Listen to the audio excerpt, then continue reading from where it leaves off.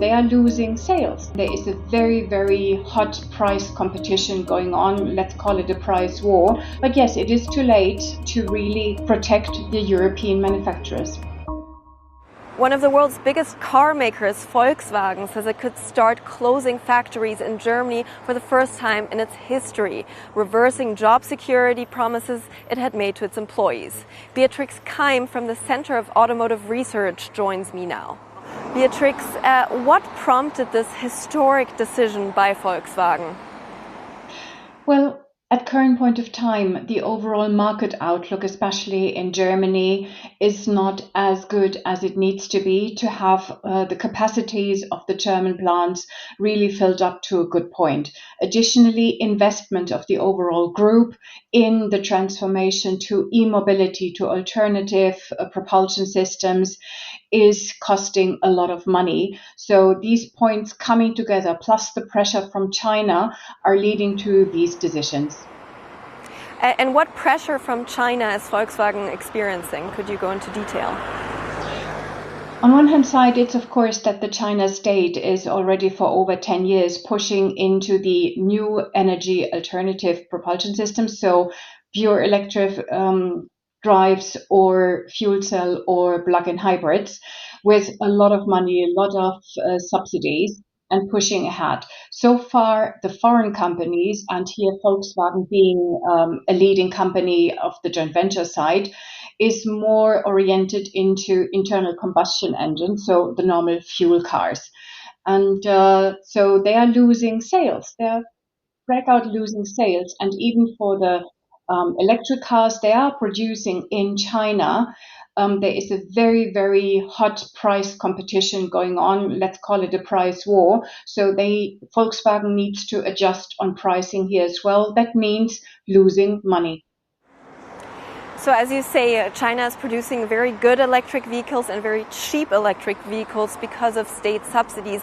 Now, the EU recently announced that it is raising tariffs on Chinese electric vehicles entering the European market in order to stabilize this kind of price war. Now, Volkswagen is still announcing that it could potentially close plants. Does that mean these EU tariffs are too little too late?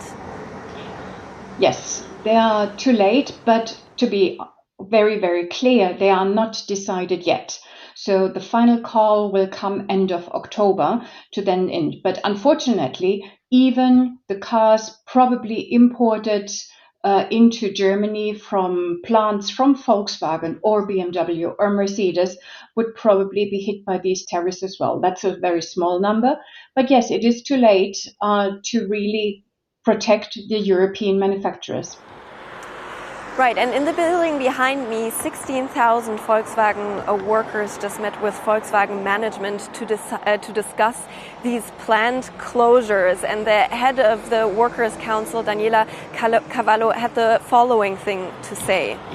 It's not just a matter of holding on to locations, whatever the cost, and then realizing in the next few years that this will catch up with us again. But we must also ensure that our company is profitable. And it has always been the case in the past that labor costs in Germany are higher than in any other country that we produce. This is nothing new.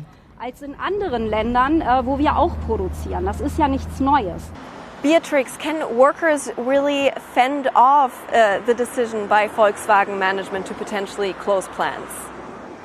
No, I don't think so. Now it's really time for a good compromise, as Volkswagen did already some 20 years ago. It is a joint approach, because what shall they do? They don't have sufficient, they do have profitability for the brand Volkswagen. The overall group has a good profitability as well. But for the brand Volkswagen, there need to be more transformation coming in. There needs to be sufficient upholstering for investments for the future. So just saying we will not close plants, we will not allow to have plants closed which are producing not sufficient in coverage overall, that is not the way. There needs to be other ways to do it, to come together. There will, on one hand side, be probably not only more severances, but perhaps cuts in holidays or cuts in days as they did in 1993 for the 4 days week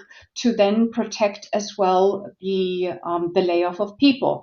So if plants, for example, like Osnabrück, will have only one model that is running out next year, why then keeping that plant? So I think there is a joint discussion necessary, and that certainly cannot be done by 15 or 16,000 people in one day with the board.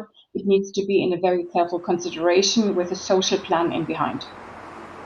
I spoke to some of the workers at the Wolfsburg plant here after they left the meeting. This is what they had to say. The mood was very divided. There's a large division between the Works Council and the board. I've never seen it this bad. Whenever the Works Council speaks, they cheer, and when the board speaks, there's booing. People express themselves very clearly. They have fears about the future. The Works Council had some strong words to express what exactly the fears of the workers are. There are people here who are worried about being fired.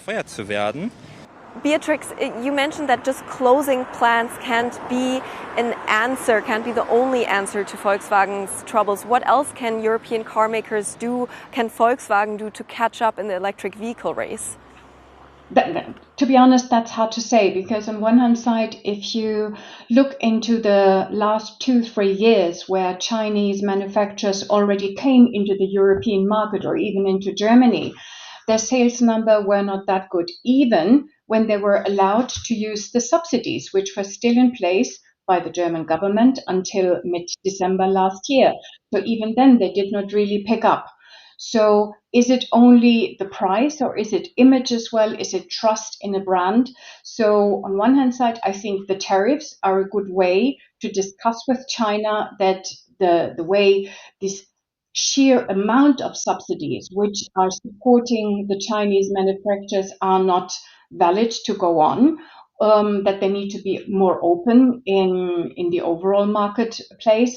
But on the other side, there is as well a cost reduction on the German manufacturers or European manufacturers. Stellantis is here in the game as well, that they come down on pricing. It's not only the price that decide that people are buying electric vehicles. In European countries outside of Germany, electric mobility is coming up quite well. It is in Germany lagging behind, which to my belief is not only a price discussion, it is as well a use way of cars. It is how we are used to drive in Germany, which needs conviction overall. That has nothing really to do with Volkswagen. It is an overall set of mindset of the people buying cars here in Germany. So mindset problem, but another idea is to fuse European car makers together and to create a European champion, kind of like an Airbus, but for cars. Is that a viable option? If it is really something like creating only one manufacturer with several brands underneath, which then combines, for example, Mercedes and BMW and Stellantis and Volkswagen, no, that creates an even bigger monster, Moloch, which is hardly to be not only controlled but steered. It's really about the steering. I think this is one of the problems actually in Volkswagen. It is a huge group with 9 brands on vehicle side, plus then the financial services branches and so on. It is rather to take out the complexity of Volkswagen and to streamline that perhaps more, starting with model policy to be less complex, but the overall organization of Volkswagen. But to have it all fused into one European champion for mobility, I think there is a different structure in automotive than in aerospace. Beatrix Keim, thank you so much for speaking to us. Thank you.